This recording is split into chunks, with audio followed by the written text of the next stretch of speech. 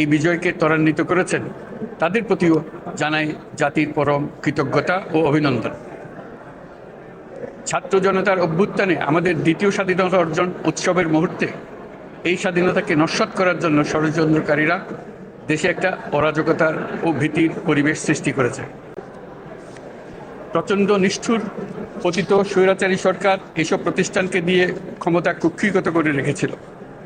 আমরা তার এই প্রচেষ্টা ব্যর্থ করে প্রতিষ্ঠানগুলোর হারানো গৌরব ফিরিয়ে আনব। এই ঘৃণ্য চেষ্টায় ব্যবহৃত হয়ে যারা অপরাধ সংগঠিত করেছে তাদেরকে আইনানুগ বিচারের মাধ্যমে শীঘ্রই উপযুক্ত শাস্তি দেওয়া হবে। একই কথা দেশের সকল মন্ত্রণালয়, সংস্থা, শিক্ষা প্রতিষ্ঠান, নানা কর্মক্ষেত্রের জন্য প্রযোজ্য। সর্বত্র অপরাধীর বিচার হবে।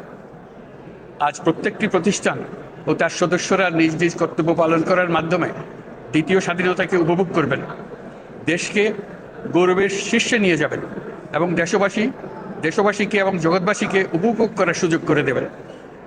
আমি জাতির পক্ষ থেকে প্রত্যেকে নির্ভয়ে আনন্দ চিত্তে নিজ নিজ কর্মস্থলে নিজ নিজ সামর্থ্য নিয়ে এগিয়ে আসতে অনুরোধ করছি। দেশের সকল মানুষকে আজ স্বাধীন, নির্ভয়, নিরুদ্বেগ থাকার জন্য নিশ্চয়তা দেওয়ার জন্য আমাদের ছাত্র শহীদরা প্রাণ দিয়েছেন। এই অভ্যুত্থানের মাধ্যমে সৃষ্ট সরকার দেশের প্রত্যেকের সরকার। এখানে থাকবে সকলের আকাঙ্ক্ষা পূরণের অধিকার। অরাজকতার বিষবাষ্প এখন যেই ছড়াবে, বিজয়ী ছাত্র জনতা সহ মুক্ত মানুষের আইন শৃঙ্খলা বাহিনীর পূর্ণ শক্তি তাকে ব্যর্থ করে দেবে। নিষ্ঠুর স্বৈরাচারী সরকার দূর হয়ে গেছে। কাল সূর্য উদয়ের সঙ্গে সঙ্গে গণতন্ত্রের, সুবিচারের, মানবাধিকারের, নির্ভয়ে মত প্রকাশের পূর্ণ স্বাধীনতার জন্য সকলের স্বাচ্ছন্দ্যে জীবন ধারণের সুযোগ প্রদানের সচেষ্ট সরকারের ঘনিষ্ঠ সান্নিধ্য ও সহমর্মী পরশ দলমত নির্বিশেষে সবাই উপভোগ করবে। এটাই আমাদের লক্ষ্য। আমাদেরকে এই লক্ষ্য পূরণে সাহায্য করুন। সারা বিশ্ব আজ অবাক হয়ে বলছে, সাবাস বাংলাদেশ, সাবাস বাংলাদেশের ছাত্র জনতা। আমরা এই অর্জনটাকে আর অনেক দূর নিয়ে যেতে চাই।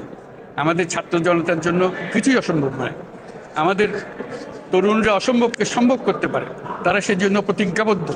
যদি আমরা ঐক্যবদ্ধ থাকি, ধ্বংসাত্মক কর্মকাণ্ড থেকে দূরে থাকি, সবার জন্য মুক্ত পরিবেশ সৃষ্টি করতে পারি, আমাদের বিজয় অবশ্যই হবে।